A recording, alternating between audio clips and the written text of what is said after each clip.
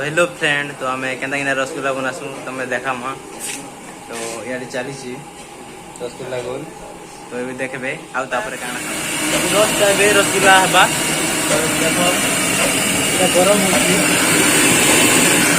तो इन्हें आने की ना से पकामु के तैयारी हवा तो देखी पार्बे। तो ये आम रसगुल्ला के पके सारू ना। तो देख रसगुल्ला पड़ी चिड़ी सीधारे टे सीझावा तो सीझला तुम काण केमता उखलुचे जैसे देख ये तेज रे जलुचे।